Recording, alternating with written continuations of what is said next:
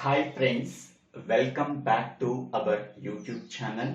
Today we have to discuss about main memory in the computer architecture course, computer organization course, computer organization and architecture course. First of all, what is the purpose of main memory? Main memory is the central storage unit in the computer system. Main memory is used for storing programs and data during the computer operation. Used for storing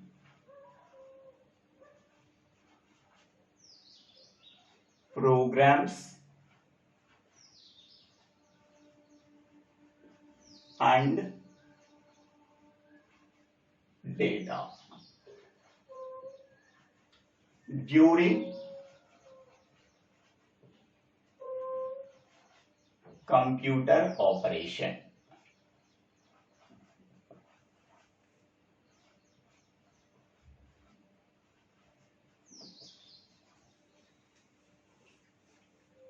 Next, second point, the principal technology used for the main memory based on semiconductor integrated circuits.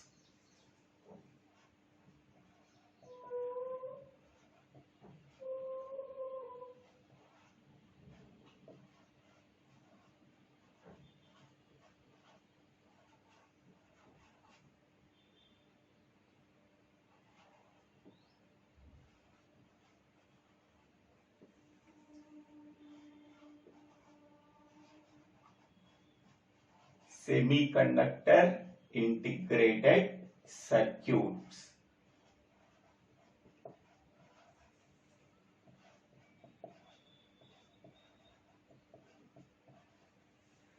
This is the principal technology used for the main memory. Next one, main memory contains two types. First one is RAM. RAM stands for random access memory.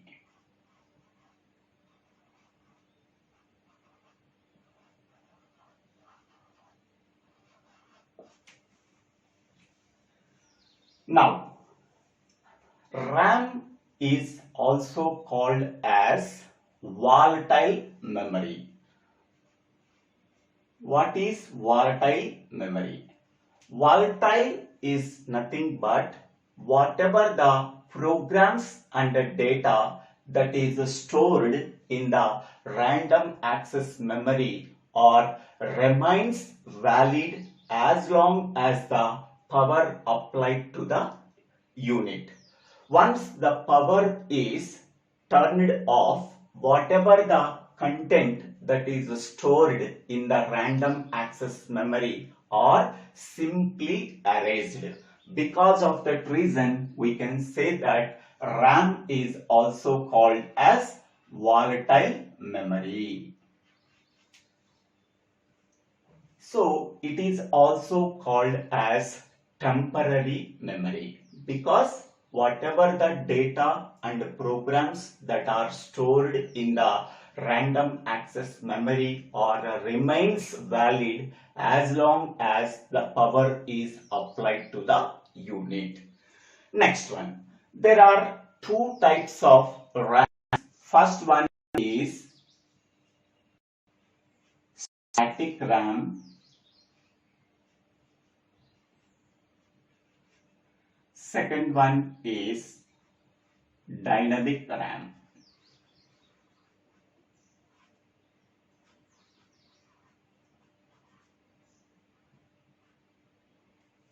Okay. So these are the two types of RAM. First one is static RAM. Second one is dynamic RAM. Static RAM consists of internal flip-flops that are used for storing the binary information. A flip-flop is a storage device that is used for storing only one bit of information, either 0 or 1. Hence, we can say that static RAM consists of internal flip-flops that are used for storing the binary information. The stored binary information in the static RAM remains valid as long as the power is applied to the unit. Once the power is switched off, whatever the content that is stored in the static RAM are simply erased. Okay.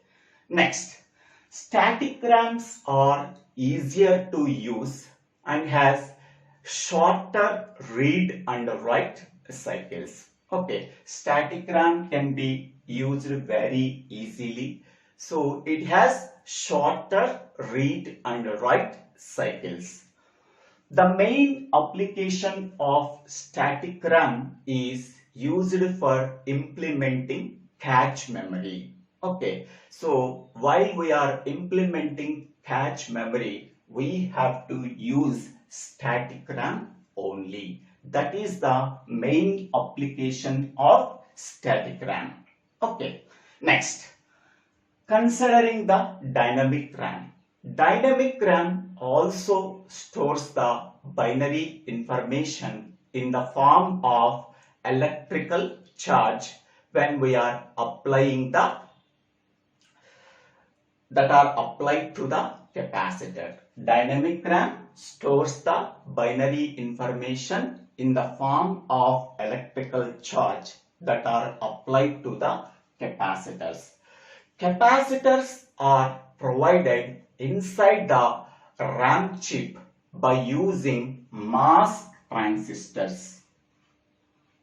Capacitors are provided inside the chip by using MOS transistors.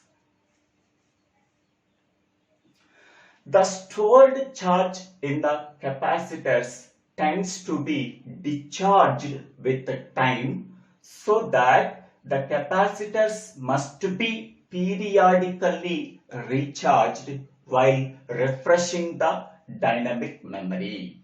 Okay, hence the refreshing can be done for every milliseconds to restore the decaying charge.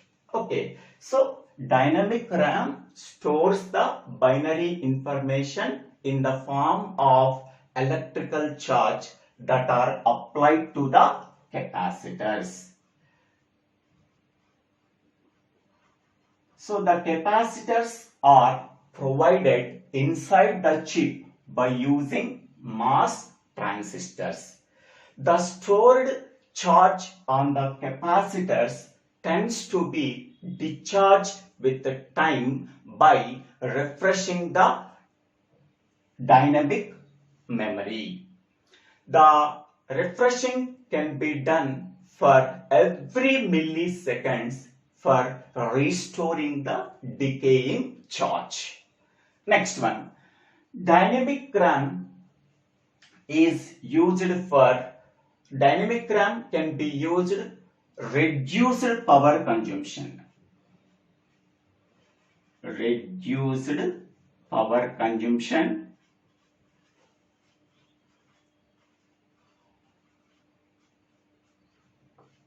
and larger storage capacity. Larger storage capacity.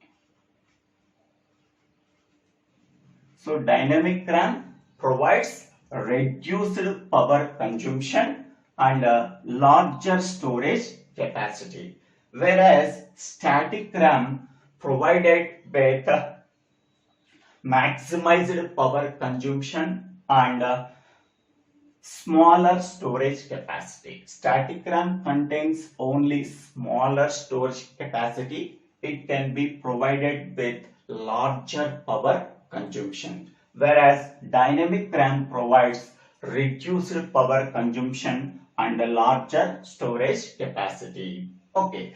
Next one, dynamic RAM is used for implementing main memory. Dynamic RAM is used for implementing main memory. One of the major application of dynamic RAM is used for implementing main memory, whereas static RAM is used for implementing cache memory. Static RAM is used for implementing cache memory. So these are the main differences between static RAM and dynamic RAM. Once again, I am telling, static RAM consists of internal flip-flops that are used for storing the binary information. We already know that a flip-flop is a storage device that is used for storing the binary information. Next, static RAMs are easier to use and has shorter read and write cycles.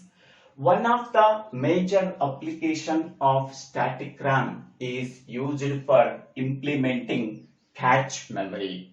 Static RAMs are mainly used for smaller storage capacity and larger power consumption. Next, whereas in the static RAM, whatever the programs and the data that are stored in the static RAM that are remains valid as long as the power is applied to the unit. Now, dynamic RAM is also used for storing the binary information in the form of electrical charge that are applied to the capacitors. Capacitors must be provided inside the dynamic RAM by using MOS transistors. The stored charge on the capacitors tends to be discharged with the time, so that capacitors must be periodically recharged by refreshing the dynamic RAM. The refreshing circuit can be done for every milliseconds for restoring the decaying charge.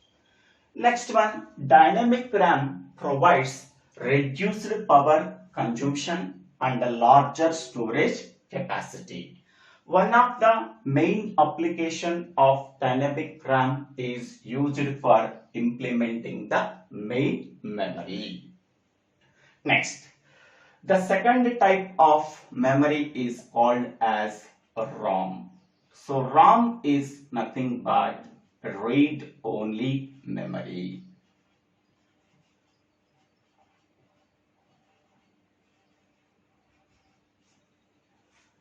So ROM is called as non-volatile memory.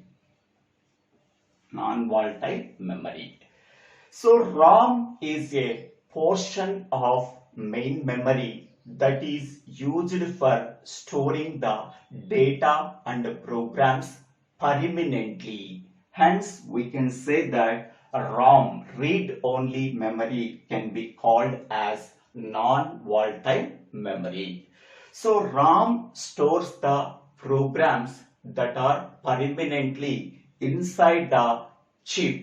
Once the manufacturing of the ROM chip is completed, it is not possible to change the programs that are stored in the ROM. Once the programs are stored in the ROM, that cannot be changed once the chip manufacturing is completed. Okay, because of that reason, we can say that ROM stores the programs permanently. ROM is mainly used for storing an initial program called as bootstrap loader. Bootstrap loader. What type of programs that are stored in the read-only memory? Okay, so ROM is used for storing an initial program called as bootstrap loader. So bootstrap loader is a program that is used to start the computer system. That means start the operating system. Whenever bootstrap loader program is executed, whatever the system programs are stored in the secondary memory are loaded into the main memory. It is nothing but so bootstrap loader is an initial program that is stored in the read-only memory for starting the computer computer software operating. That means we have to start the operating system. We have to start the computer system. For that purpose, we have to use one program. That program can be called as bootstrap loader. This is called as initial program. This initial program is stored in the read-only memory. That program is stored in the ROM permanently. It is not possible to change the program that are stored in the ROM. Hence, we can say that to store the programs permanently, we have to use a memory called as read-only memory. In the case of RAM, we have to store the programs and the data temporarily when the power is applied to the unit. In the case of random access memory. But in the case of ROM, whatever the programs that are stored in the ROM that are permanently, whether the power is off or on position. Okay, so this is the description about the main memory. Okay, so this is the introduction part of the main memory. So after that, we can go for RAM chip separately, ROM chip separately. Next one is memory address map. Next one is how memory is connected to the CPU. So in the main memory concept, there are four parts. First one is introduction to main memory. So this is the introduction to main memory. Second concept is RAM and ROM chips. Third concept is memory address map. Fourth concept is how main memory is connected to the CPU. So these four concepts comes under main memory. Okay, this is only introduction part. In the previous videos, we are already discussed second concept RAM and ROM chips, third concept memory address map, and fourth concept how memory is connected to the CPU. Okay, these links are available in the description box and comment box. So please verify the four concepts in the main memory. I hope all of you understanding this concept. If you have any doubts, please put your doubts in the comment section. I will try to clarify your doubts. If you really understanding this video, please subscribe my YouTube channel. So Divvela Srinivasara. After subscribing my YouTube channel, click on the bell icon to get the future updates in my YouTube channel. Please forward this channel to your friends and classmates for better understanding of computer organization or computer architecture or computer organization and architecture course. Please go to this channel and watch the playlist called computer organization or computer architecture or computer organization and architecture. It contains approximately 82 videos. Thank you. Thank you one and all for watching this video. Hi friends, welcome back to our YouTube channel.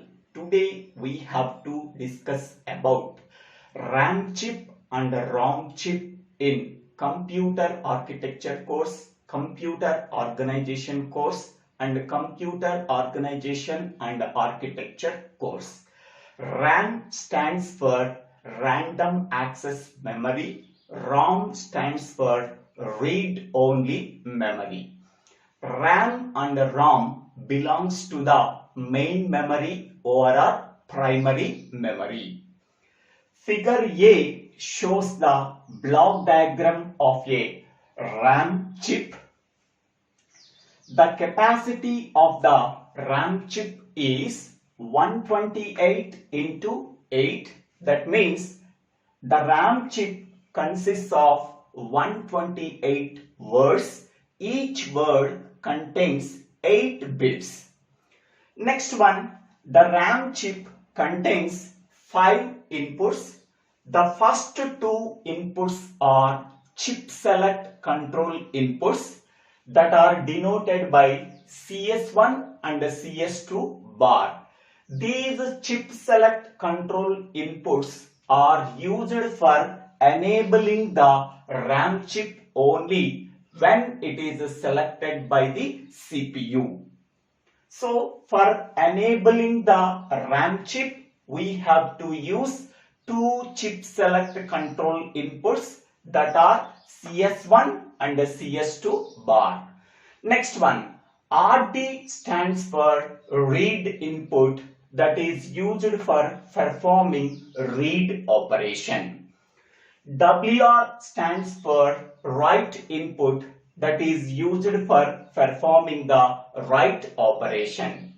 AD7 is nothing but 7 address lines, 7-bit address. These 7-bit address is used for selecting only one word among the 128 words. So the RAM chip contains 128 words. Suppose we want to select only one word among the 128 words, we have to use 7-bit address. How we are getting 7-bit address? So 128 can be written in terms of 2 powers. So we are getting 7 in the power. So 7 bits are required to select any word among the 128 words in the RAM chip. Next one, this is 8-bit bidirectional data bus. So bidirectional data bus that allows the transfer of data either from the RAM to the CPU or from the CPU to the RAM, so that we have to use bidirectional data bus. During the read operation, the transfer of data from RAM chip to the CPU can be done. During the write operation, the transfer of data from CPU to the RAM can be done. Okay. What is read operation? The transfer of data from the RAM to the CPU. What is write operation? The transfer of data from CPU to the RAM. Okay. So the data can be transferred in 2 directions, so that we have to use bidirectional data bus. It contains 8 bits. Next one, figure B shows the function table of a RAM chip. This function table specifies the operation of the RAM chip. The first column contains 4 inputs. Chip select 1, that is nothing but CS1. Chip select 2, that is nothing but CS2 bar. Next one, RD is nothing but read input. WR is nothing but write input. Now, chip select control inputs are not enabled. without involving the read and write input, the memory is in inhibited state.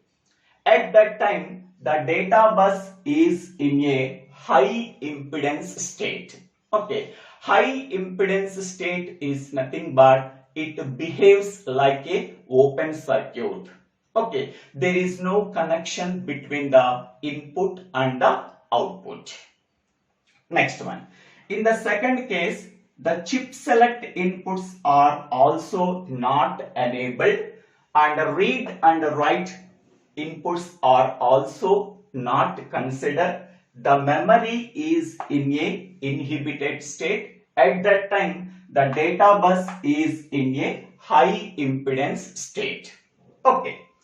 In the third case, chip select inputs are not enabled and read and write inputs are not enabled. The memory is in a inhibited state. At that time, the data bus is in a high impedance state. Okay. Next, fourth case, this entire RAM chip can be in a operation state when CS1 is equal to 1 and CS2 bar is equal to 0. Whenever this condition is satisfied, at that time only RAM chip is in a operation mode. Okay. In remaining all cases, the RAM chip is in a high impedance state. Okay. So this case high impedance state because CS1 is equal to 0, CS2 bar is equal to 0. Next, this case CS1 is equal to 0, CS2 bar is equal to 1. The RAM chip is in a high impedance state. So in this case, the RAM chip is enabled but read and write inputs are not enabled. At that time also the memory is in a inhibited state. At that time data bus is in a high impedance state. Whenever this condition is satisfied but read and write inputs are not enabled, at that time the memory is in a inhibited state. At that time the data bus is in a high impedance state. Next, fourth case, chip select 1 value is 1, chip select 2 value is 0. So this condition is satisfied. Next one, RD input value is 0 and WR input value is 1. Here write input is enabled. So whenever write input is enabled and this two chip select control inputs are also enabled, we have to perform the write operation. Okay. Whenever CS1 is equal to 1 and CS2 bar is equal to 0, the RAM chip is in a read mode or a write mode. Whenever the write input is enabled, the memory stores a byte from the data bus in a location specified by the address lines. Okay. So that means during the write operation, whatever the content is there in the data bus, that content is stored in the RAM chip. The transfer of data from the CPU to the RAM through the data bus. Whatever the content that is placed in the data bus, that content is stored into the RAM chip during the write operation. So input data to the RAM. Okay, we are storing the data into the RAM in write operation only. Next one, when the chip select control inputs value CS1 is equal to 1, CS2 bar is equal to 0. So here read input is enabled and write input is not enabled. Okay, at that time we have to perform read operation. So when the read input is enabled, whatever the selected byte is there, the content of the selected byte is placed into the data bus. Okay, so in which byte that is selected by the address lines, the content of that selected byte is placed into the data bus in the read operation. Whenever the read input is enabled, the content of the selected byte from the RAM chip that can be placed into the data bus. That means the transfer of data from RAM chip to the CPU through the data bus. So that means output data from RAM. We are transferring the output data from the RAM in read operation. Okay.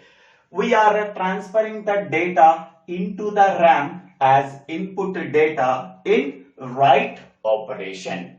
Next, last case. So CS1 is equal to 1, CS2 bar is equal to 1. So in this case, the RAM chip is not in a operation mode. So here read and write inputs are not enabled. The memory is in a inhibited state. So at that time the status of the data bus is high impedance state. The RAM chip can be in operational mode only when CS1 is equal to 1 and CS2 bar is equal to 0. At that time only we are performing either read operation or a write operation by enabling the corresponding read input or a write input. Okay, so this is called as the operation of the function. This is called as the function table of the RAM chip. Next one. So this diagram, figure C, shows the block diagram of a ROM chip. Okay. The capacity of the ROM chip is 512 into 8. That means it consists of 512 words. Each word contains 8 bits. Okay. ROM stands for read only memory. Next one. This ROM chip can contain only 3 inputs. First 2 can be called as chip select control inputs. So chip select 1 can be denoted by CS1. Chip select 2 can be denoted by CS2 bar. So these 2 chip select control inputs are used for enabling the RAM chip when it is selected by the CPU. Next one, third input is AD9. So this is a 9-bit address. Using that 9-bit address, we have to select only one word among the 512 words. Okay, here how many number of words are 512 words present. Okay, suppose we want to select only one word, how many number of address bits required? So that is 512 can be written in terms of 2 powers. So in the power 9 is there. So therefore 9-bit address is required to select only one word among the 5 words. Next one. So this is 8-bit data bus. Okay. So it is only unidirectional data bus because on the ROM chip we can perform only read operation. We do not perform write operation because ROM is a permanent memory. Once the data is stored into the ROM, it cannot be changed.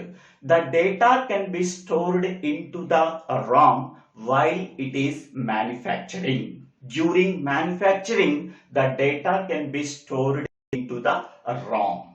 Okay. So because of that reason, only we are performing read operation only. That means the transfer of data from the selected byte, the RAM, that can be transferred to the CPU. Only read operation can be performed. We do not perform write operation. Because of that reason, we do not specify read and write control inputs. Only we are performing only one operation on the RAM, that is a read operation.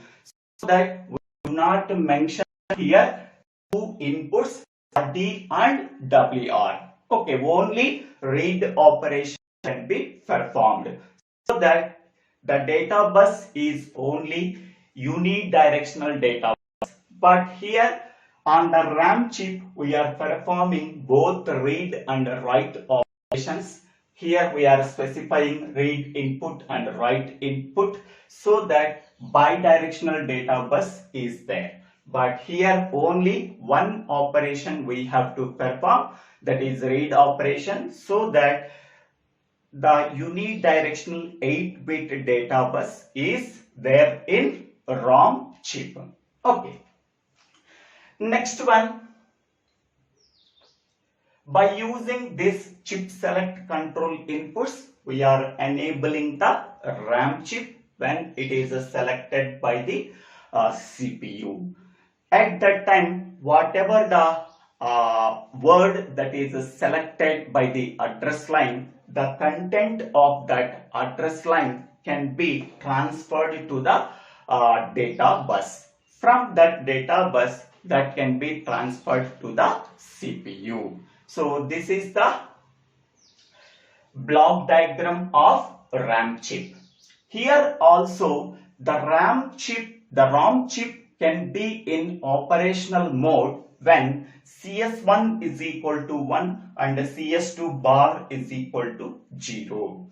Only this condition is satisfied. At that time, the RAM chip can be in operational mode. At that time, we have to perform only read operation. In remaining all cases, the ROM chip is in a high impedance state. Okay, that means it behaves like as a open circuit. There is no connection between the input and the output. Okay, in this condition only the ROM chip can be in a operational mode. So here this condition can be used for both RAM chip and ROM chip. Both RAM chip and ROM chip can be in operational mode only when CS1 is equal to 1 and CS bar is equal to 0. Okay. At that time, we are performing either read operation or a write operation in the case of RAM chip. In this case, we are performing only read operation on the ROM chip.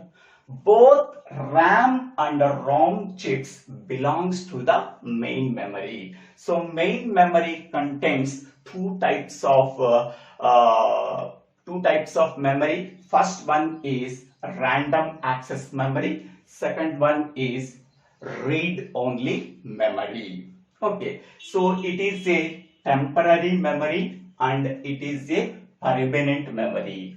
It is a volatile memory. That means whatever the data that is stored in the random access memory, that is available only when the power is in on position. Once the power is turned off, whatever the data that is present in the RAM, that is erased.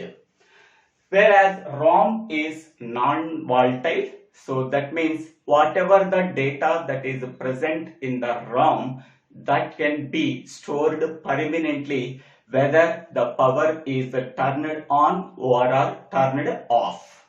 Okay, so this is the description about the RAM chip and its function table and ROM chip. Okay. In the next video, we have to discuss about static RAM, dynamic RAM and memory address map. I hope all of you understanding this video. If any doubts in this video, please put your doubts in the comment section. I will try to clarify your doubts. If you really like this video, please subscribe my YouTube channel. So Divvela Srinivasarao. After subscribing my YouTube channel, click on the bell icon to get the future updates in my YouTube channel. Don't forget to subscribe my YouTube channel. For better understanding of computer architecture or our computer organization course, go to this channel, go to the playlist called Computer Architecture or our Computer Organization. It contains 81 videos. Thank you. Thank you one and all for watching this video. Hi friends, welcome back to our YouTube channel. Today we have to discuss about memory address map in computer architecture course, computer organization course and computer organization and architecture course. First of all, what is memory address map? Memory address map is a table that shows a pictorial representation of assigned address space for each chip in the computer system. So this diagram or this table shows a memory address map. In this table, the second column represents the hexadecimal address. We are assigning the hexadecimal address space for RAM chip and ROM chip. First four can be called as RAM chips and the last one can be called as ROM chip. We have to assign the hexadecimal address space for each and every chip in the component column in a table. That table can be called as memory address map. Suppose, assume that a computer system needs 512 bytes of RAM and 512 bytes of ROM. A memory address map for this configuration is shown in this table. These 512 bytes of RAM can be divided into 4 partitions. Each and every partition contains 128 bytes. So first partition can be called as RAM 1 chip. Its capacity is 128 bytes. The second partition can be called as RAM 2 chip. Its capacity is 128 bytes. The third partition can be called as RAM 3 chip. Its capacity is 128 bytes. And fourth partition can be called as RAM 4 chip. Its capacity is 128 bytes. So 128, 128, 128, 128. Total 512 bytes of RAM. Next one, a single partition can be assigned to ROM. Its capacity is 512 bytes of ROM. So in this memory address map table, the first column represents a component column. This column specifies whether a RAM chip or a ROM chip is used. Here there are two types of chips available in the component column. First one is a RAM chip and the second one is a ROM chip. Whether we are using either a RAM chip or a ROM chip, that can be specified by the component column. Next, The second column can be called as hexadecimal address. Okay, this hexadecimal address column assigns a range of equivalent hexadecimal addresses for each chip in the component column.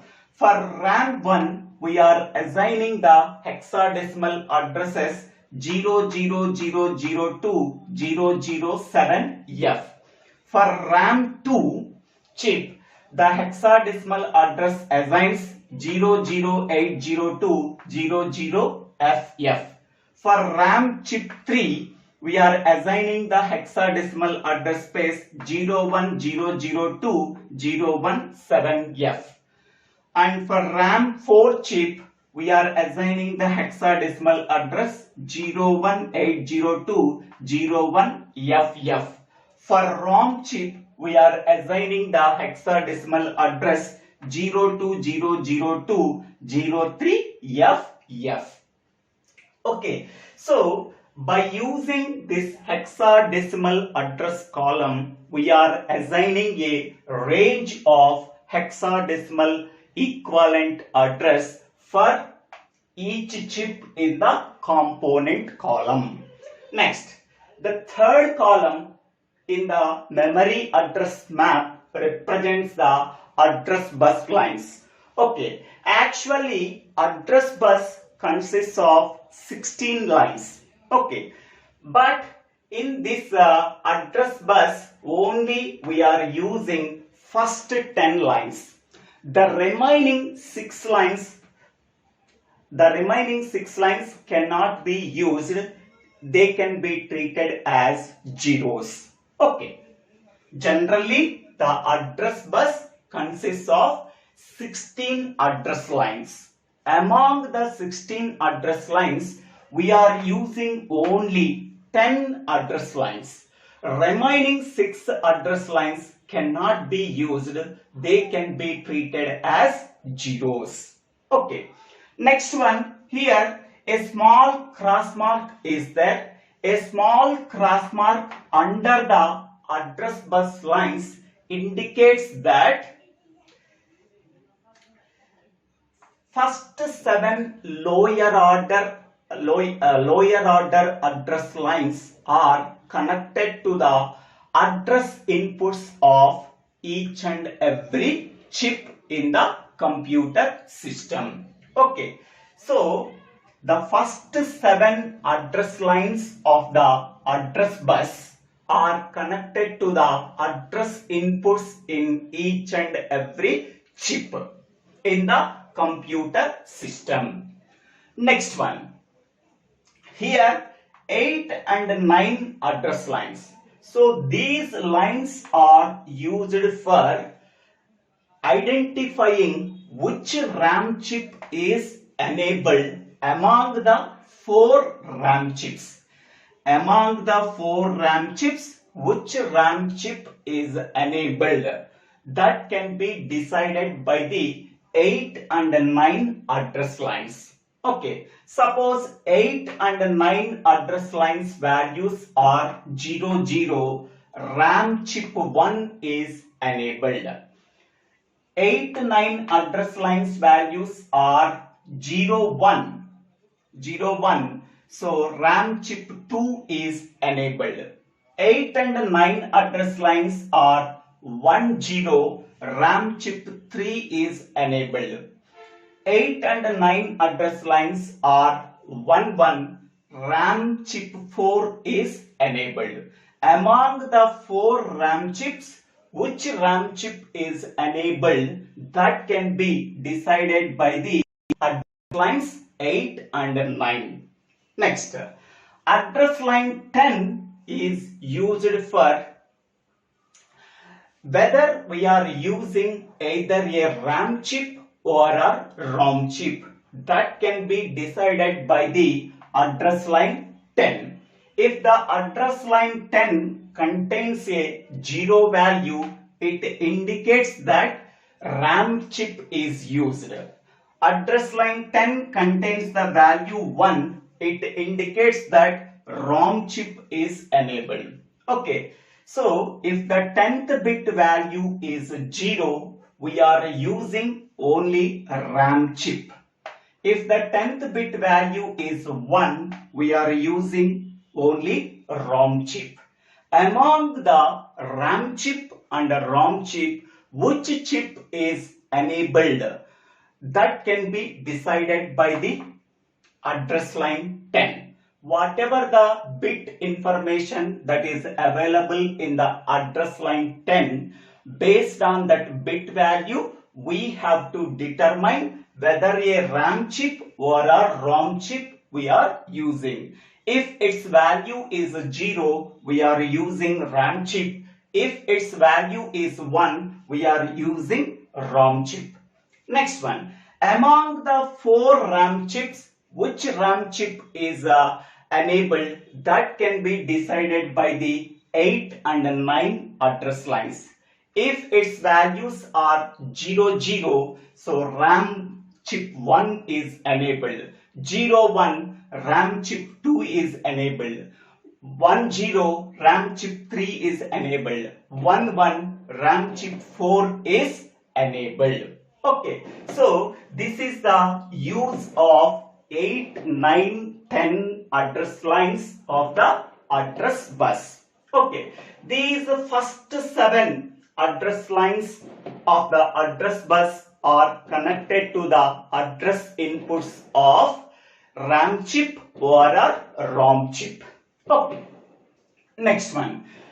This is the block diagram of RAM chip, and this is the block diagram of ROM chip.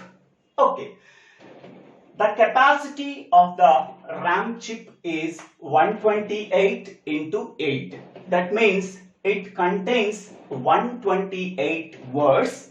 Each word contains 8 bits. Okay, among the 128 words, which word is to be selected? That can be decided by using 7-bit address. So therefore 128 can be written in terms of 2 powers. We are getting 2 power 7.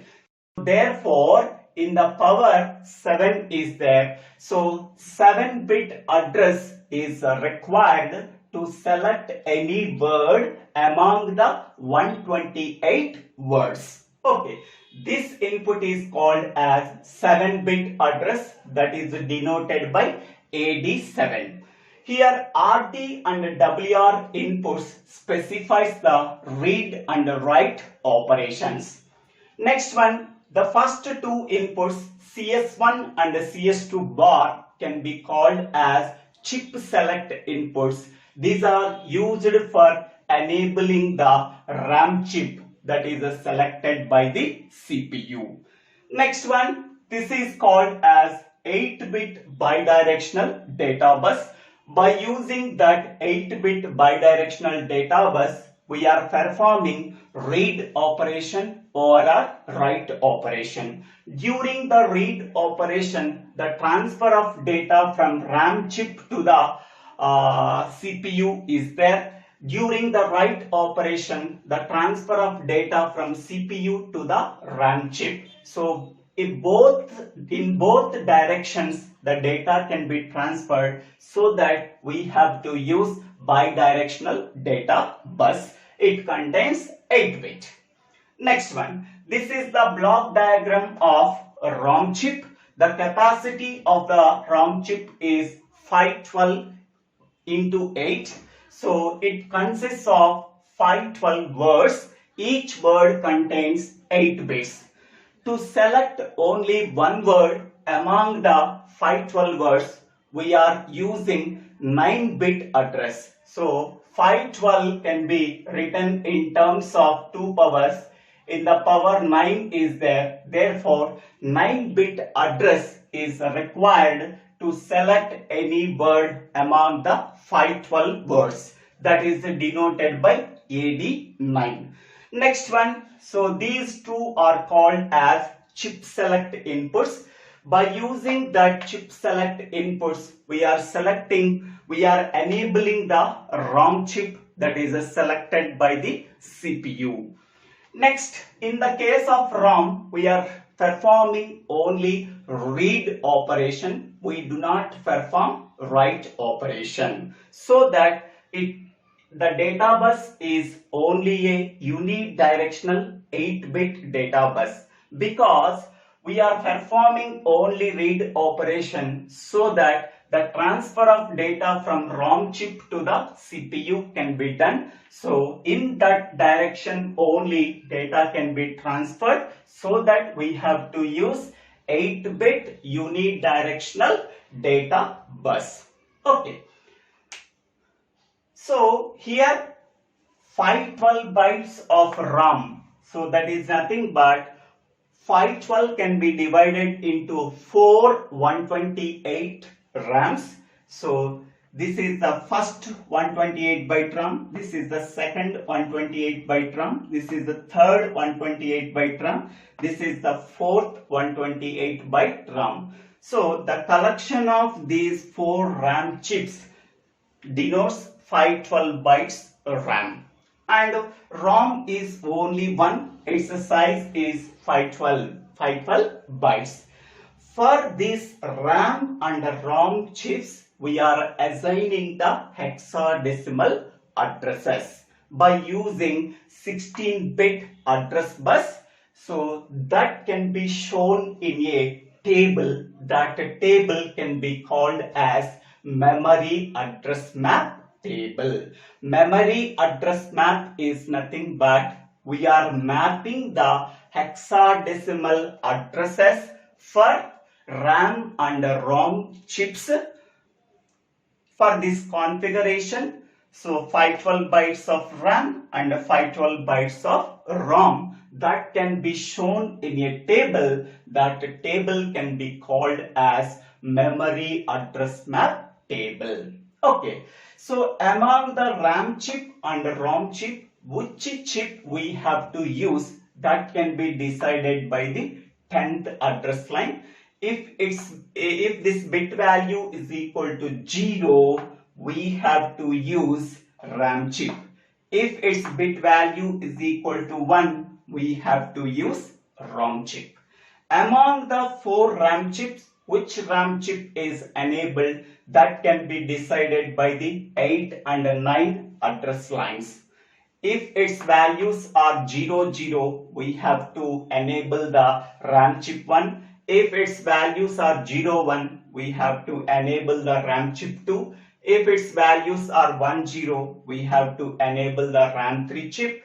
If its values are 1, 1, we have to enable the RAM chip 4. Okay, so the small cross mark under the first 7 address lines of the address bus are connected to the address inputs of the RAM or ROM chip. Okay, in the case of RAM, so here we have to use first 7 lower order 7 address lines of address bus are connected to the address inputs of the RAM chip. Okay, in the case of RAM, first 9 address lines of the address bus are connected to the address inputs of the ROM chip, because in the case of ROM chip 9-bit address, that is 9 address lines are available. In the case of RAM, only 7 address lines are available. So in the case of RAM, 7 address lines of the address bus are connected to the address inputs of the RAM chip.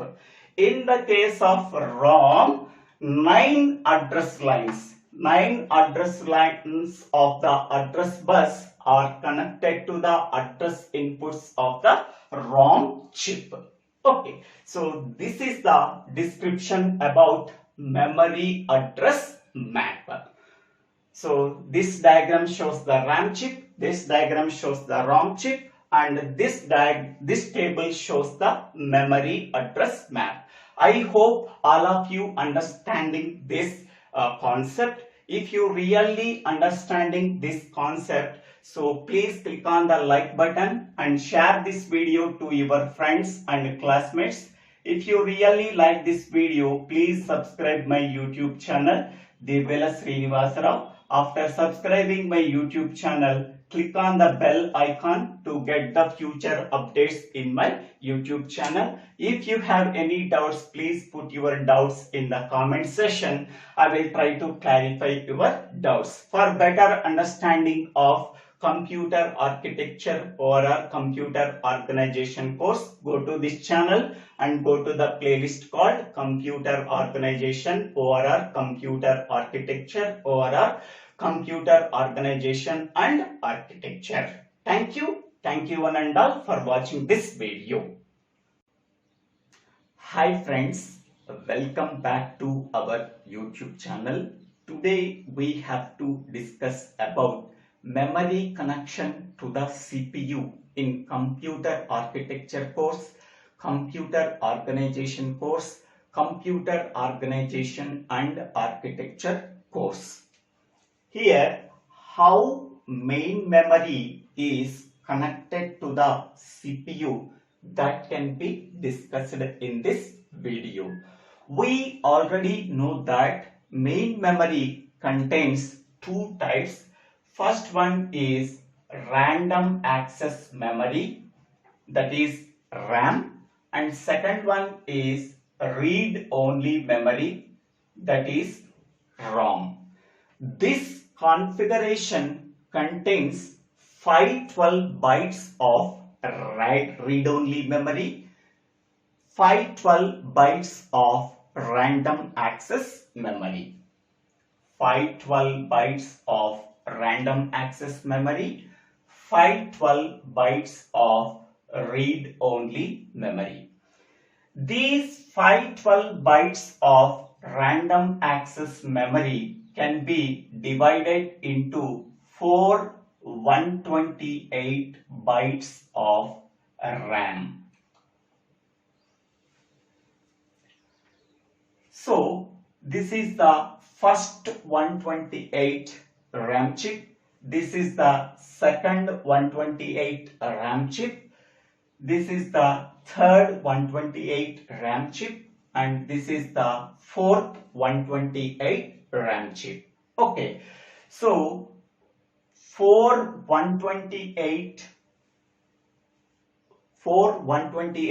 RAM chips can be combined as 512 bytes of RAM chip. These 512 bytes of RAM chip can be divided into 4 128 RAM chips. So these are the 4 128 RAM chips, and only one 512 bytes of ROM chip. This is 512 bytes of RAM chip. Next one, each and every 128 byte RAM chip contains 5 controls or 5 inputs. First one is CS1, that is nothing but chip select 1 input. Second one is CS2 bar, chip select input 2. Next one is RD stands for read input, WR stands for write input, AD7 is nothing but 7-bit address line. Okay, every RAM chip has a capacity of 128 into 8. So here every RAM chip contains 128 bytes of RAM. Each and every byte contains only 8 bits. Whereas in the case of each and every ROM chip contains a capacity of 512 into 8. That means 512 bytes of memory. Each and every byte contains 8 bits. 512 bytes of memory. Each and every byte contains 8 bits. Here the ROM chip contains only three inputs or are three controls. First one is CS1 chip select 1. Second one is CS2 bar chip select input 2 bar. And third one is AD9, that is 9-bit address line. Okay. Next one. Here every RAM chip contains 128 bytes. Okay. To uniquely identify each and every byte, we have to require 7-bit address. By using this 7-bit address, we have to uniquely identify each and every byte among the 128 bytes. This 128 bytes can be written in terms of 2 powers. So then in the power 7 is there. Therefore, 7-bit address is required to uniquely identify each and every byte in the RAM chip. Next, whereas in the case of ROM chip, so ROM chip capacity contains 512 bytes. So to uniquely identify each and every byte, we require 9-bit address. By using that 9-bit address, we have to uniquely identify each and every byte in the ROM chip. So that we have to mention 9-bit address line. AD9 is nothing but 9-bit address line. Here, this is AD7. This is a 7-bit address line. By using that 7-bit address line, we have to uniquely identify each and every byte in the RAM chip. By using 9-bit address line, we have to uniquely identify each and every byte in the ROM chip. Okay, these four are called as RAM chips, and this one can be called as ROM chip. How these RAM and ROM chips are connected to the CPU. So this RAM and ROM chips are connected to the CPU by using address bus and data bus. Okay. How these RAM and ROM chips are connected to the CPU, that is shown in figure 1. Already told, RAM and ROM chips are connected to the CPU by using address bus and a data bus. In the data bus, we are sending the data either from the CPU to the RAM chips or from the RAM chips to the CPU. Next, by using the address bus, we are sending only address. Okay, so CPU contains both address bus and a data bus. Next one. Here, between the RAM chip and the CPU, here bidirectional data bus is there. Between the RAM chips and the CPU, bidirectional data bus is there. That is, transfer of data between CPU and the RAM chips, or transfer of data between RAM chip and CPU, so that we have to use bidirectional data bus. Whereas in the case of ROM chip and CPU, only unidirectional data bus is there. We have to transfer the data from ROM chip to the CPU. The transfer of data from ROM chip to the CPU can be called as read operation. So, in the case of ROM, we are performing only read operation. That is nothing but transfer of data from ROM chip to the CPU. But in the case of RAM, we are performing both read and write operations. Okay. In the case of read operation, we are transferring the data from RAM chip to the CPU.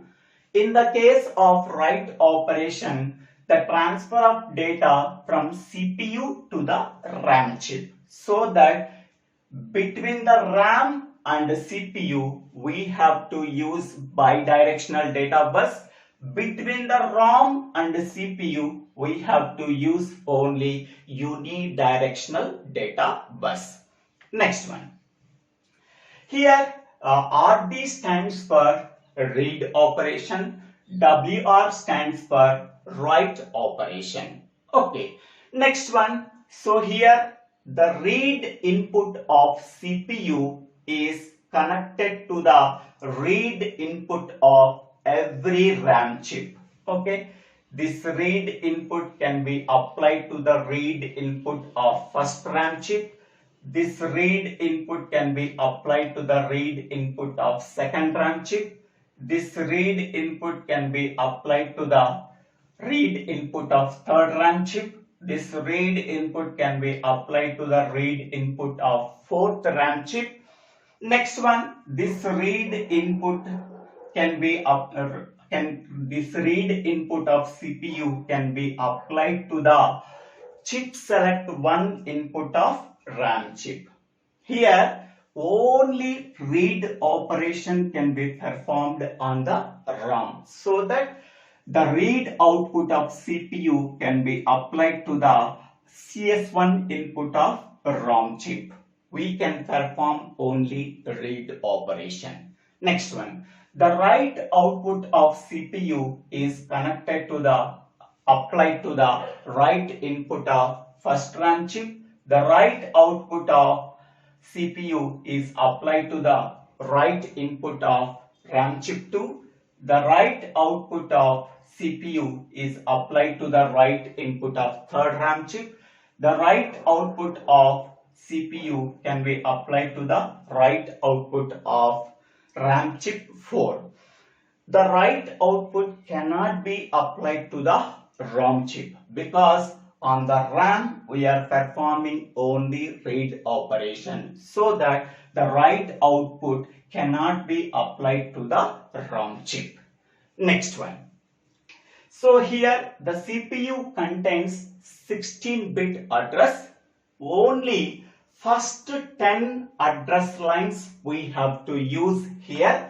11 to 16 address lines cannot be used here. Okay. The lower order first 7 bits can be applied to the 7-bit address line of each and every RAM chip. So this first 7 lower order bits of the address bus can be applied to the AD7 input of first RAM chip, AD7 input of second RAM chip, AD7 input of third RAM chip, AD7 input of fourth RAM chip, and these first 7 lower order bits of address bus is connected to the 1 to 7 address lines of ROM chip. Here 9 address lines are there. Among that 9 address line, first 7 address lines are connected by the 7 lower order bits of the address bus is connected to the first 7 address lines of RAM chip. Next one. Here 8 and 9 address lines. 8 and 9 address lines can be applied to the decoder. So which decoder we have to use?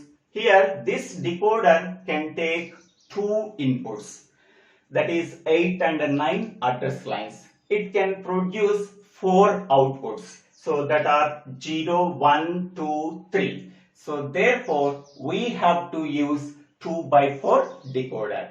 This 2 by 4 decoder can take two inputs that are 8 and 9 address lines, and it can produce 4 outputs that are 0, 1, 2, 3.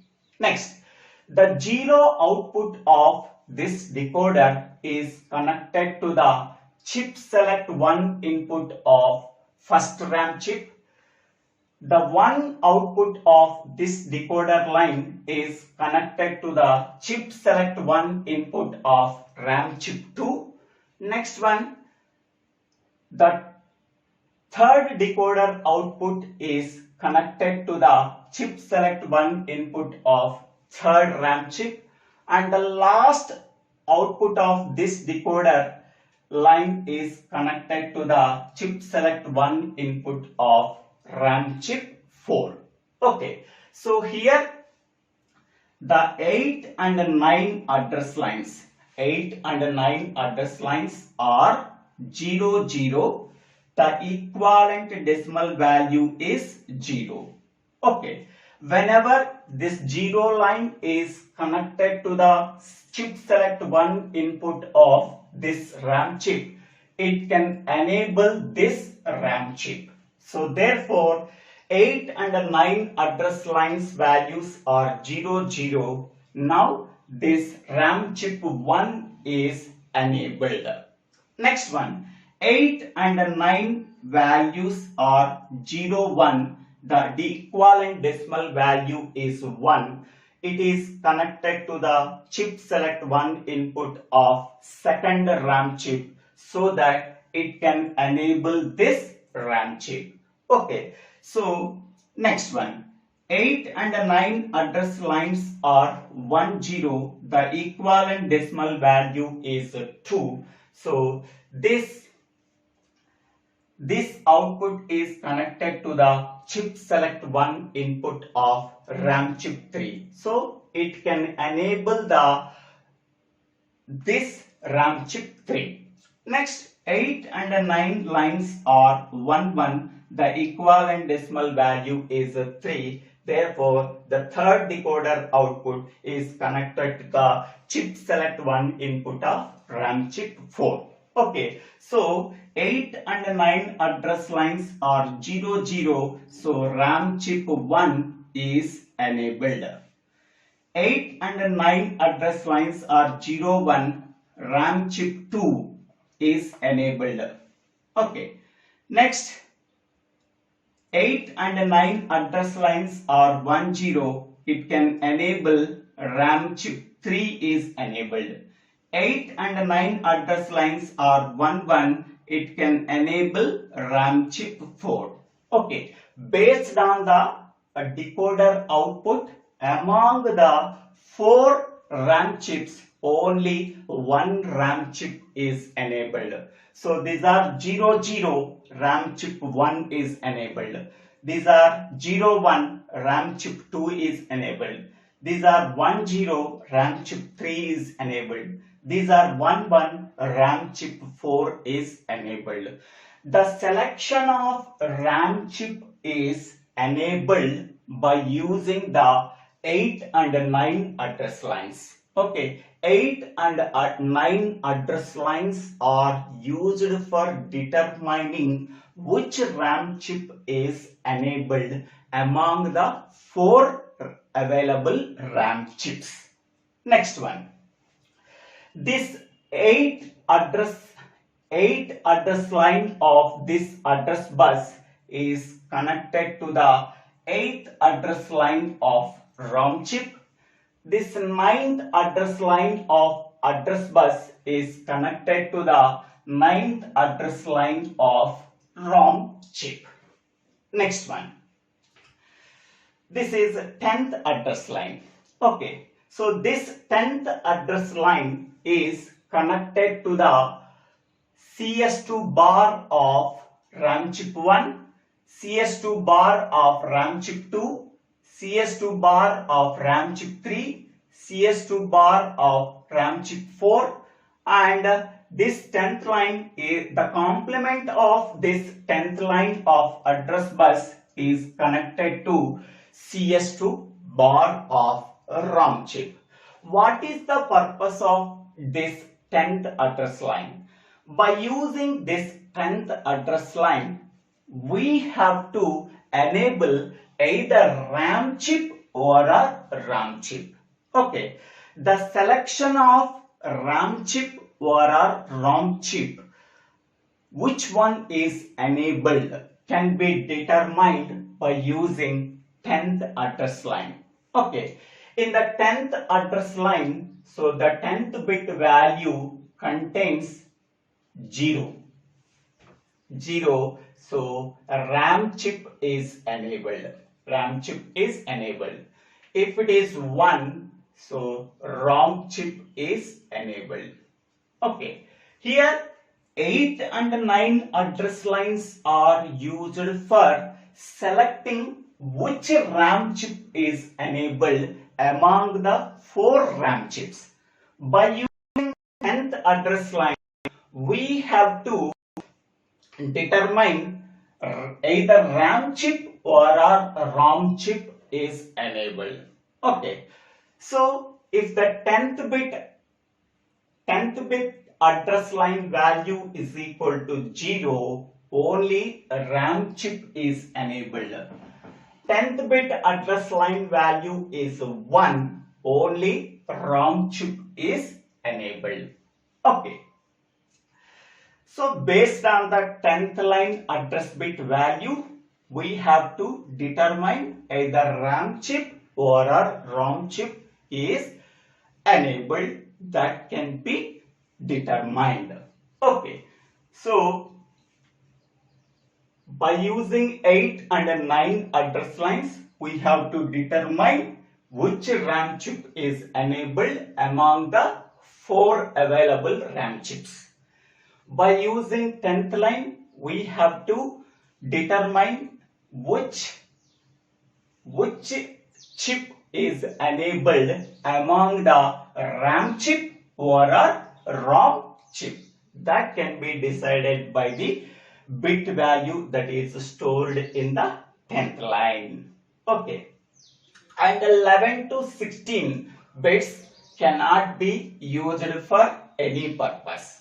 Okay, only 1 to 10 bits of the address bus can be used. Okay, next one. So this 10th bit line is complemented. Whatever the complemented value we are getting, that complemented value can be applied to CS2 bar of ROM chip. This 10th bit line is directly connected to the CS2 bar. Okay, so if the CS2 bar value is equal to 1, only ROM chip is enabled. If the CS2 bar value is 0, so only RAM chip is enabled. Okay, so this is the description of how main memory is connected to the CPU. I hope all of you understanding this video. In this video, if you have any doubts, please put your doubts in the comment section. I will try to clarify your doubts. If you really like this video, please subscribe my YouTube channel. So Divvela Srinivasaram. After subscribing my YouTube channel, click on the bell icon to get the future updates in my YouTube channel.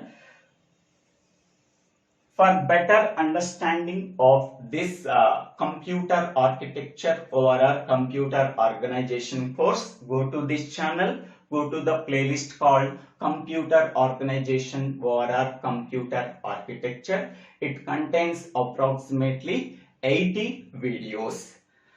Watch these videos and understanding the course. If you have any doubts, please post your doubts in the comment section. Thank you one and all for watching this video.